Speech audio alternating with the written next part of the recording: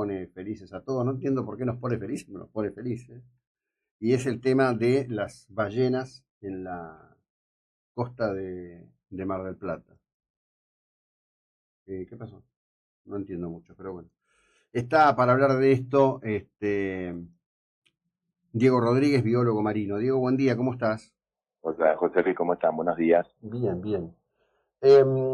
Vi algunas publicaciones hace unos días que hablan de que las primeras apariciones de ballenas datan de la década del 70. Soy testigo de eso.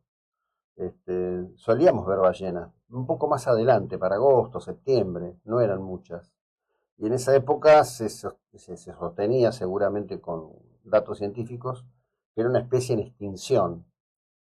Contanos un poco cuál ha sido la evolución desde la década del 70 hasta ahora y por qué estamos viendo, si es que hay alguna respuesta, tanto avistaje de ballenas tan cerca de la costa del Mar del Plata.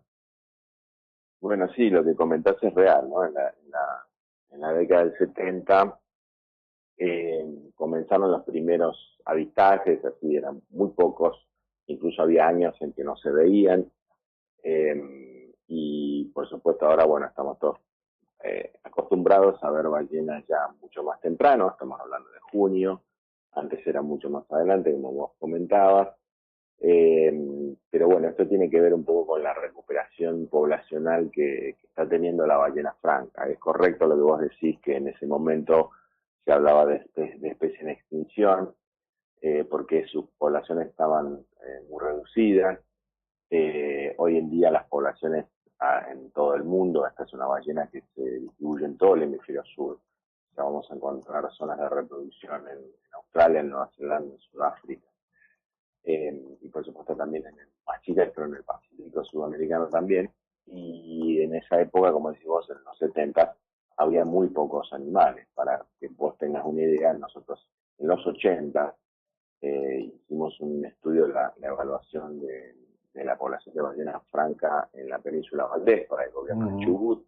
Yo en ese momento trabajaba con Ricardo Bastián en el IDES, y en ese momento nacían anualmente entre 30 y 35 cachorros en toda la Ujú, población de ujú. ballena franca de la península, y hoy en día estamos en más de 500 animales. O sea, eso Ujú. te da una escala del aumento poblacional que hubo de esta especie, y bueno, y eso tiene un correlato directo en verlas más frecuentemente aquí en la provincia de Buenos Aires.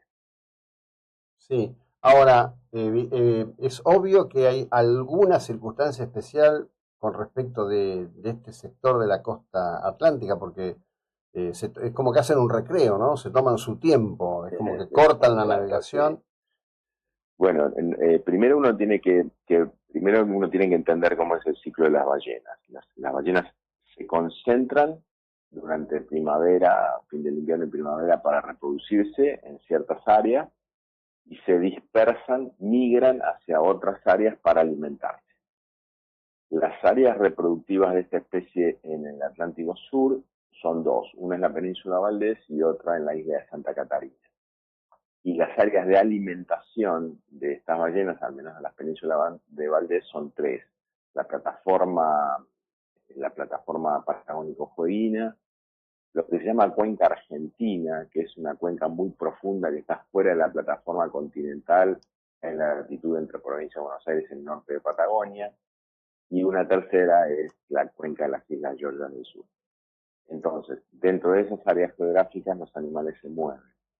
Y como van a concentrarse a las zonas reproductivas, allí nosotros estamos entre medio de estados áreas reproductivas, ¿no? La Mm, provincia de Buenos Aires y la costa uruguaya tienen un comportamiento muy similar, que es el de movimiento de animales entre las dos áreas reproductivas. mm. Entonces es por eso, porque por estar entre medio, digamos, geográficamente de dos áreas reproductivas, y por aumentar la población, es lo que nosotros, este fenómeno, como estás comentando, de un aumento en la frecuencia de avistaje. Claro. Ahora, ¿qué observan o qué se observa, digamos, en relación al comportamiento que evidentemente vienen siguiendo desde hace por lo menos 4 décadas, ¿no? Ustedes han encontrado cambios, ¿qué tipo hay una evolución que es clara. La especie se ha recuperado, ¿no? No sé si Uh-huh. ya pasó el umbral del peligro de extinción, pero evidentemente se ha recuperado fuertemente. Sí. Y por otro lado, digamos, en general, en estos días se reprodujo mucho un video que yo creo que tiene unos años, ¿no? De unos chicos que están haciendo kayak ahí creo que justamente en el sur, desaparece la ballena por abajo, ¿no? Por abajo, sí, sí. Sí. Mira, lo que nosotros estamos viendo, bueno, primero te comento esto, lo del peligro de extinción y demás. Uno tiene la tendencia a decir que un animal que tiene una población muy reducida está en peligro de extinción, pero esto no es necesariamente así.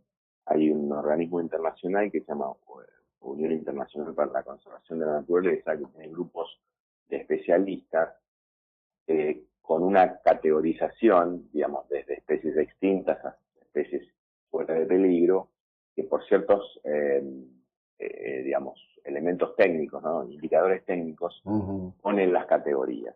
¿Sí? Siempre hay comités nacionales que replican esto o pueden, por ejemplo, darle algún cariz regional a alguna especie. Entonces, anteriormente esta especie se categorizaba como vulnerable hace unas décadas y a partir del crecimiento de las poblaciones, hoy en día se habla de preocupación menor. Mm. Esa recuperación no significa que se haya llegado a los niveles previos a la explotación ballenera.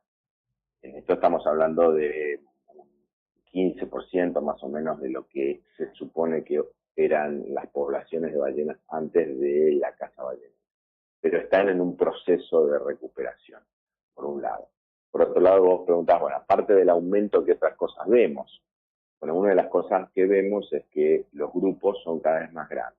O sea, no solo vemos más frecuentemente ballenas, sino que los grupos de ballenas tienen más ballenas entre sí. Nosotros, para que tengas una idea, cada vez que aparece un grupo de ballenas, nosotros vamos siguiendo por dónde está, para no contar Ujú. las 2 o 3 veces el mismo grupo, ¿no? Y pensar que son muchas más y no son 2 o 3 que están dando vueltas, pero en términos generales, por el lugar donde aparecen y demás, vamos siguiendo, y lo que estamos viendo es que hoy en día lo normal es que haya grupos entre 2 y 3 ballenas. Puede haber grupos de más, pero lo más frecuente son entre 2 y 3 ballenas.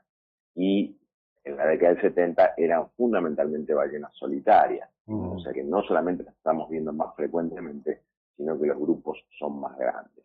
Y también hemos confirmado algo que nosotros presumíamos, pero no lo pudimos confirmar hasta no tener fotografías de detalle, que hay procesos de cópula, o sea, de cortejo reproductivo aquí en la provincia de Buenos Aires. Eso no significa que se vaya a transformar en una zona reproductiva, porque las Mm. condiciones fisiográficas y topográficas no son las óptimas, pero lo que significa es que hay actividad reproductiva, cosa que es muy buena, ¿no? Por supuesto. Sí, sí, claro, por supuesto. Además agrega para ustedes, me imagino, un componente adicional, ¿no? Porque, digamos, es como muy amable tenerlas tan cerca para poder... Por a- supuesto, por supuesto. a- Y también te impone, como ya lo hablamos varias veces, una responsabilidad mayor, ¿no? Ujú, Pensemos ujú. que la ballena franca en nuestro país es monumento natural, o Ajá. sea, es el máximo nivel de protección que nosotros le damos a una especie en la naturaleza. Es equiparable a un monumento histórico nacional, por ejemplo. El Mm. complejo Bustillo es un monumento histórico nacional. Ujú, ¿Sí? ujú. El mismo nivel, el mismo estatus legal tiene la ballena franca austral en el mar argentino. Lo que nos impone a nosotros, obviamente, es la necesidad de trabajar para la conservación de esa especie, ¿no? Claro. Sí, sí, evidentemente. Bueno, vos llevas ya muchos años, toda una vida trabajando en esto. ¿Se están incorporando generaciones jóvenes al trabajo de biología marina? Eh, Muy poco, o sea, sí te diría que hasta hace unos 5 años más o menos hay un ritmo de ingreso, eh, digamos, sostenido. En los últimos años había caído un poco, han movido hacia otras profesiones, pero en este momento, bueno, vos lo sabes mejor que yo, ¿no? Todo el sistema de ciencia y técnica está en una crisis muy Ujú, profunda. ujú. Las políticas del gobierno de Milei son, te diría que quizás de las peores que yo he vivido, lo que hace que no solamente el ingreso se haya reducido, sino hay digamos, como grandes dudas sobre hacia dónde vamos y qué es lo que se va a poder hacer. Entonces hay muchos investigadores jóvenes que se están yendo del sistema científico, hay otros que se están yendo hacia otros sistemas productivos, aquellos que pueden, en las disciplinas que pueden, otros se están yendo de Argentina, y todo el sistema de ingreso está muy cortado, ¿no? Entonces en estos momentos no tenemos una real perspectiva de lo que va a ocurrir dentro de los próximos 2 años, por ejemplo, y qué impacto va a tener, porque lo que nosotros hablamos en ciencia, que pasa dentro de los 2 o 3 años, va a tener impacto dentro de 5 o 6 años. Claro, sí, Sí, sí. es un efecto retardo, ¿no?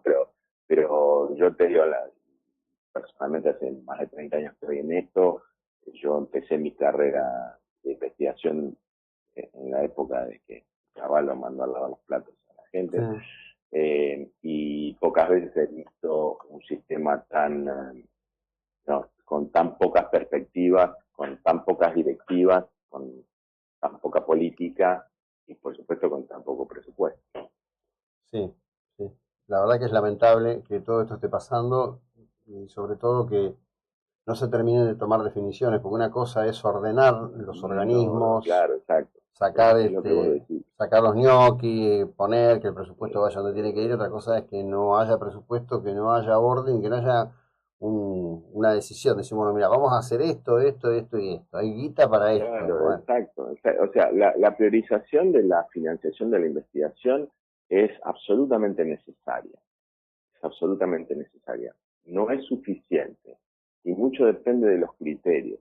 Y hay una cosa que creo que es necesario discriminar cuando se trabaja con argumentos y cuando se trabaja con excusas. Un ejemplo claro es lo que está pasando con el Inca, por ejemplo. ¿Sí? Una cosa es que vos digas, bueno, yo quiero desburocratizar, si fuera esa la palabra, o ajustar los presupuestos y demás. Perfecto. Entonces yo tengo una estructura, un directorio de 10, 12 personas, que viene porque el directorio del INTA estaba compuesto por gente de distintos sectores, ¿no? De la producción, de la academia, del Estado, de los estados provinciales y demás.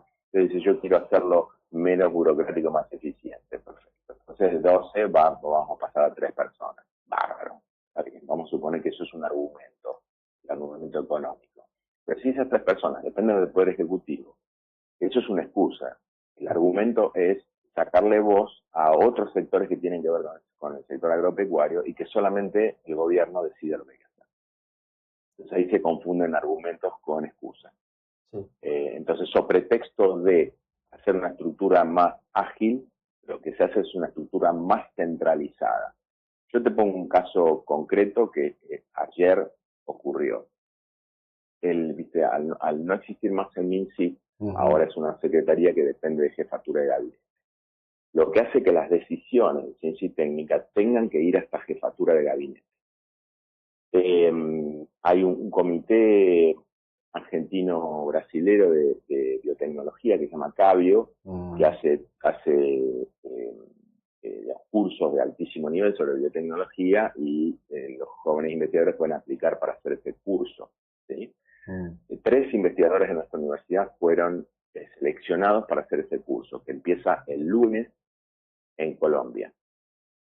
Ayer les avisaron que se pagaron, que como todavía no había llegado la decisión desde jefatura de gabinete, porque lo que teóricamente iba a ser más ágil es mucho más lento, les avisaron a personas de 25 años que paguen el pasaje, que sale más o menos 2,5 millones de pesos, y que después van a ver si se los devuelven.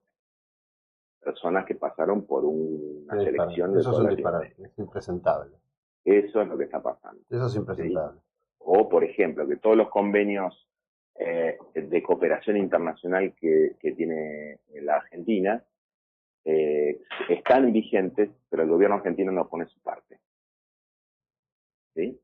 Entonces, nosotros tenemos convenios con Francia, con Italia, y le tenemos que estar diciendo que sí, que todo se puede hacer, pero que el dinero que se había comprometido la Argentina en poner para intercambio de personas o para proyectos y demás no va a estar. O sea que el proyecto va a estar, pero no va a estar financiado, lo que significa que no se puede hacer. Bueno, y como eso, en cada rincón de la Argentina se van a multiplicar estos ejemplos, ¿no? Bueno, son las cosas que yo creo, sabés que estamos para eso, que hay que visibilizar. Creo que de esto no se habla y hay que empezar a hablar. Hay que poner menos discurso de Cristina y hablar más de cosas que importan. Pero aparte, ¿sabes lo que pasa, José Luis? Que en general de todos los temas, nos llevamos por una pequeña, una breve síntesis que vemos en un medio de comunicación. ¿Sí? Pero después, cuando vos empezás a hilar fino y a ver cómo es esto, te das cuenta cómo es la situación. ¿Sí? Y aparte, esa política de demonizar aquello que yo no estoy de acuerdo, y esto no es privativo de este gobierno, ¿no? Entonces, me queda absolutamente claro, el demonizar a aquel que no está, que no comulga con mis ideas, es muy pernicioso, porque hace pensar a la gente que todos hacemos lo mismo. Entonces, como lo que vos comentabas, bueno, está bien, no se puede financiar cualquier tipo de investigación, eso es absolutamente claro. Pero eso no significa que con los problemas sociales que tiene la Argentina tiene más problemas sociales que tecnológicos, por ejemplo. Sí. Entonces, que se deba apoyar el trabajo sobre esos problemas sociales. ¿Sí? Entonces, es muy fácil tomar uno o dos ejemplos de excesos, que es probable que nos hayan ocurrido, para demonizar todos los estudios sociales, en llevarlos a que no sirven para nada, cuando la Argentina tiene profundísimos problemas sociales y hay grupos muy serios que trabajan, vos lo conocés, que trabajan en La Plata, en Buenos Aires, sobre problemas del AMBA, sobre urbanización de villas, y además hay gente que trabaja mucho, en nuestra universidad también hay mucha gente que trabaja en esos temas, y demonizarlos y decir que lo que hacen no sirven para nada es una sobresimplificación de la realidad, que no sé cuáles son los objetivos, pero yo creo que ni siquiera hay objetivos, eso es lo que más me preocupa. Diego, te agradezco muchísimo, a disposición siempre. Gracias, José Luis, que estés bien. Chau, chau. Bueno, este era Diego Rodríguez, biólogo marino, hablamos de esto. Quiero contestar